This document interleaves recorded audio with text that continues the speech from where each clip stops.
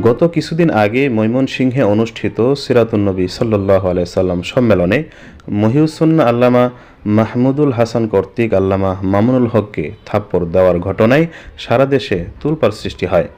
এ নিয়ে পক্ষ বিপক্ষে তখন হয়েছে নানান আলোচনা সমালোচনা। এবার সেই ঘটনার রেশ না কাটতেই বৃহত্তর ময়মনসিংহেরই এক মাহফিলের স্টেজে একজনকে থাপ্পড় দিলেন আল্লামা মামুনুল হক। আর এ নিয়ে সম্প্রতি শুরু হয়েছে নানান আলোচনা সমালোচনা।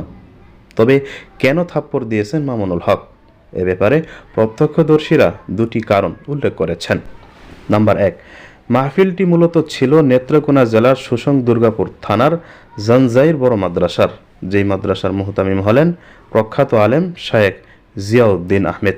জায়গার সংকুলান না হওয়ায় স্টেজের এক লোক বলে উঠল, জায়গা দিতে পারে না, এত বড় বক্তা আনছে কেন? একথা শুনে মামুনুল হক তাকে থাপ্পড় দেন, যেহেতু মামুনুল হক শায়েখ জিয়াউদ্দিনকে অনেক মহব্বত করেন। দ্বিতীয়ত, মাহফিলের পরিস্থিতি ছিল খুব ভয়াবহ, যেটা নিয়ন্ত্রণের বাইরে, যার কারণে এমন অনাকাঙ্ক্ষিত ঘটনা ঘটেছে।